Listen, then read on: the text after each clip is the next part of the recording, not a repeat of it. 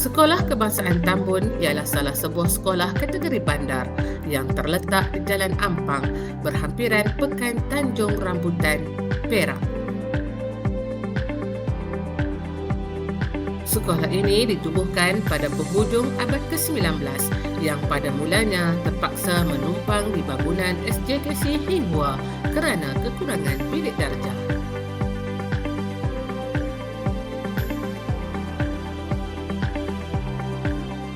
Pada tahun 1994, bangunan tambahan 3 tingkat telah dibina yang merangkumi sebuah pusat sumber dan 12 buah bilik darjah.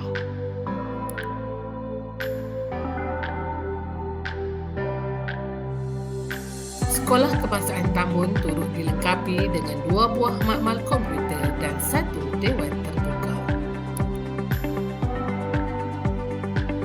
Sekolah Kebangsaan Tambun juga melaksanakan program pendidikan khas integrasi masalah pembelajaran. Sekolah Kebangsaan Tambun juga menyediakan 2 buah kelas bagi pembelajaran prasekolah. Mempunyai 583 orang murid tahun 1 hingga tahun 6 aliran perdana, 70 orang murid PPKI dan 50 orang murid prasekolah. Sekolah Kebangsaan Tambun telah mencapai kejayaan dan perkembangan positif dalam merealisasikan matlamat sekolah. Dengan kekuatan 62 orang guru yang berdedikasi dan 11 orang staf sokongan sekolah, Sekolah Kebangsaan Tambun terus melakar kecemerlangan di bawah naungan pentadbiran Puan Siti Zawiyah binti Abdul Hamid selaku guru besar, Puan Rozayu binti Kasim selaku penolong kanan pentadbiran,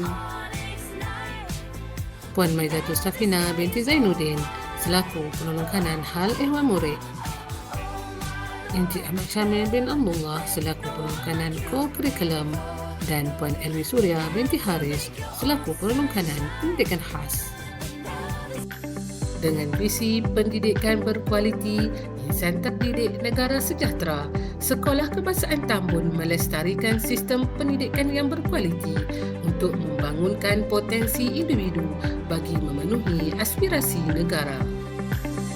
Dalam bidang kurikulum, Sekolah Kebangsaan Tambun memfokuskan ke arah pembelajaran abad ke-21 dalam melahirkan murid yang berfikiran kreatif dan kritis.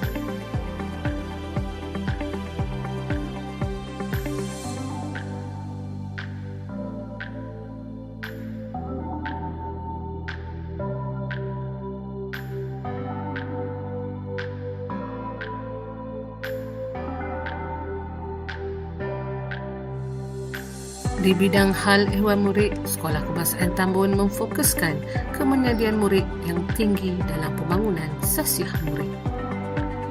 Sekolah Kebangsaan Tambun turut mengutamakan bidang ko-kurikulum bagi menyeimbangkan perkembangan mental, rohani dan jasmani.